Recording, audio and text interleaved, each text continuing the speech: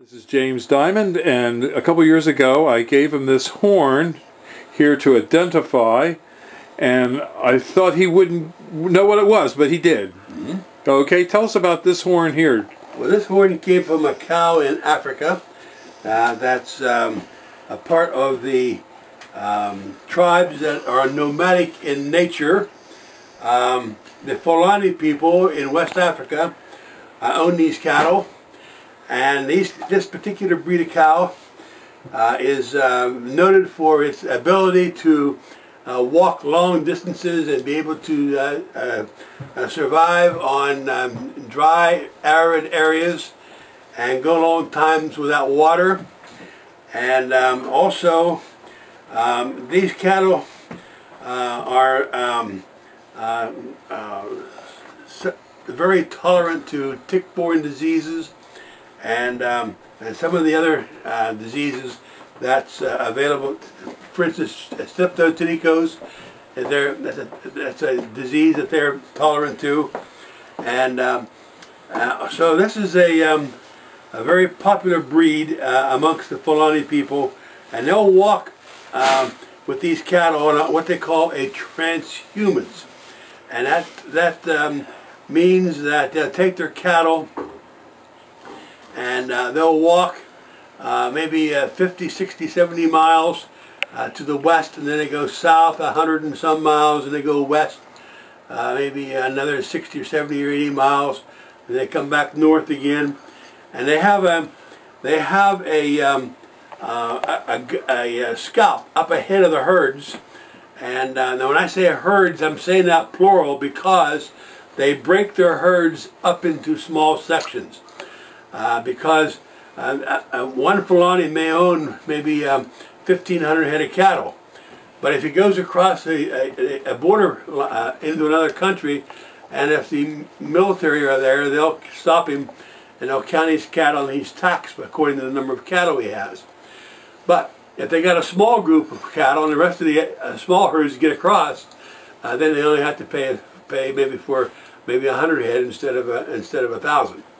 So that's why I say herds when they go across. And now with these particular breeds of cattle, they're also subject to getting hoof and mouth, or I'm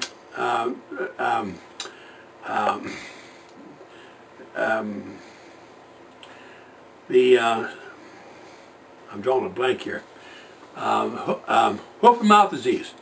Hoof and mouth disease. Now, when an animal gets a hoof and mouth disease, they don't normally die.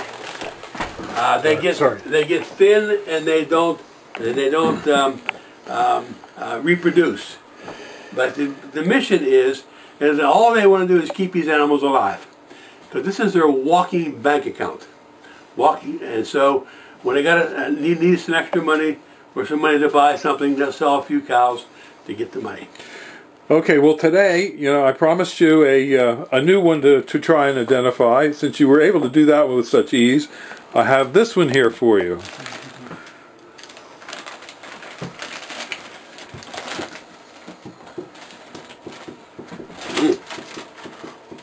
This is interesting.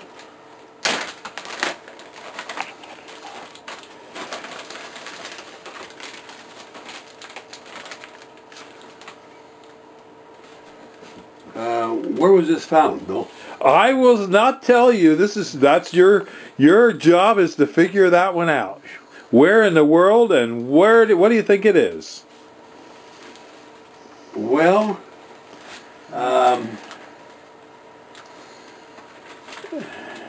that could be a horn on a rhino. No. No.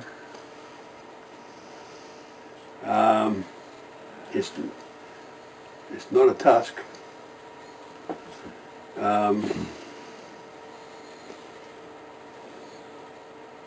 Bill, I don't know. I can't answer your question. I don't know. Now that's an unusual one, is it not? It's very unusual. Okay, let's back up here and how old do you think? Very, very old. Okay. Very, very old. For it to be sloughing off like this, it's going to be hundreds of years old. That's correct. Yeah. Okay? Well, now I'll give you as a hint. We got that in Malta, Montana. Yeah.